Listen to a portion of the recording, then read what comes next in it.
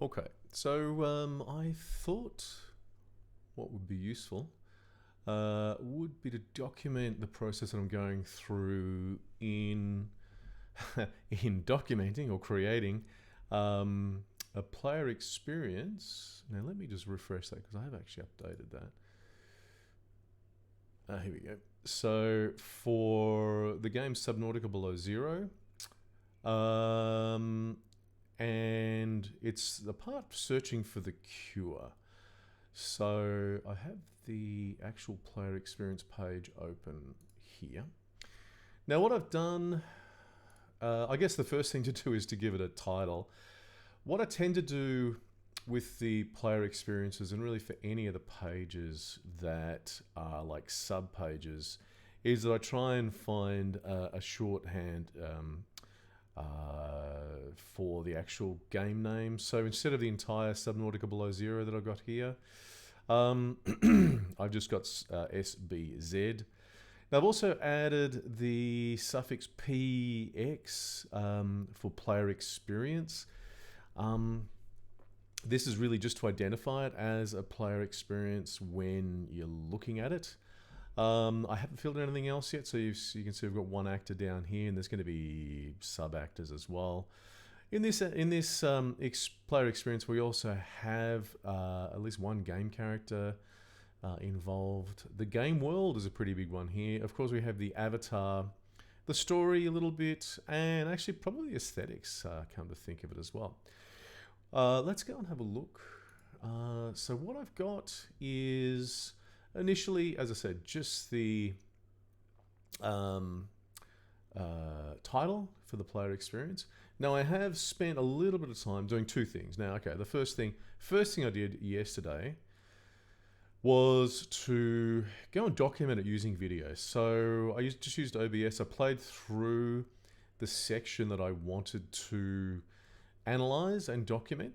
And this is a bit of an anti-player experience game pattern in a way.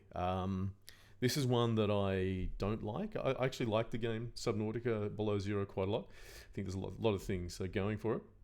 But this particular part of it kind of makes me want to stop playing. And I thought this could be a really good example to go through. Because of course, player experience patterns are not just positive. I guess, we can also, if we're, as game designers, if we're aware of the negatives, then we can, I guess, kind of go and avoid those. So that's kind of the logic.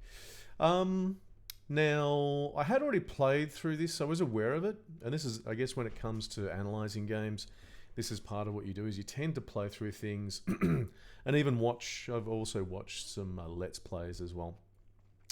Mostly by Christopher Odd, if you're looking for them. And I just came across this part, and I got in here a couple of times, and it really pissed me off, basically. Just this one area just really made me want to just stop playing the game. And I almost did. I almost got to the point where I was like, I just couldn't be bothered. I'm not enjoying this. And I guess that's really what every game designer wants to know. I just noticed I got a spelling mistake here. Let me just change this. Video. Well, I'm not the best speller, so I'll admit to that. All right. So what I've done, well, actually, after actually going through this, I then started doing just some hands drawn kind of notes, kind of diagrams, which I don't have a photo of here, but I might try and put one up later. And then I created this, so I've gone and created the structure here. I haven't filled all this out by any means yet. In fact, I don't think I've filled out anything apart from this part right at the moment. I haven't even done that particularly well. But what I really, I guess, wanted to go through, maybe step by step even, this might take a little while, is to go through and have a look particularly, I think, at these elements. Now, we've got game elements here. So you've got the avatar, game world, game characters, story, aesthetics. So this is really, these are the elements, and the relationships between these things are going to make up our pattern, if you like, the pattern of the game and the aesthetics. I'll probably start, I think, with what we call the player experience, which is looking at the the whole thing from the player's point of view. Okay, and just quite briefly, we'll go through this. We have the emotional element. We have the psychological or mental state, whether it's meaningful, social. That's pretty much mostly restricted to multiplayer games. Subnautica Below Zero is single player, so this doesn't really relate for this one. Creative as well. So I guess there could be some creative stuff here because we do have construction, crafting, and the structural element also. So the first thing I want to go through is each of these. So looking at kind of defining what the player experience actually is. And this could be one of the more difficult ones, at least for some people. Identifying what it is that that the player is experiencing. And I think this can be potentially very verbose to try and capture that.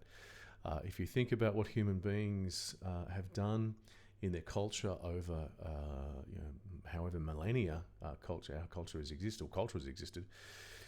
This is almost the realm of art where we try and capture human experience. So you can think of things like film, television, and also poetry, literature, all this sort of stuff, to try and capture what it is that a human being experiences. So we're trying to do that in something of a structured way. There are going to be limitations. Talk about that when I talk about these player experience design patterns. I talk about the limitations, and one of the reasons that I put these together, because programming in particular is very binary. It's very detailed, and we can certainly outline exactly what it's going to be. We actually, in fact, must.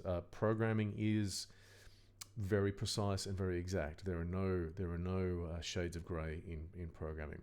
But when we come here, when we're trying to explain it, number one, it's very very subjective. So of course, subjective brings a lot of different things into play, and what I experience from one thing may be different. So there is this element that, although we're trying to capture a player experience, we also recognize at the same time that not every player is going to have the same experience through going through that game pattern. But anyway, we'll try and do that. So I'll pause this here and then come back, and we'll have a go at actually going through and talking about and defining what the player experience is here for each of these.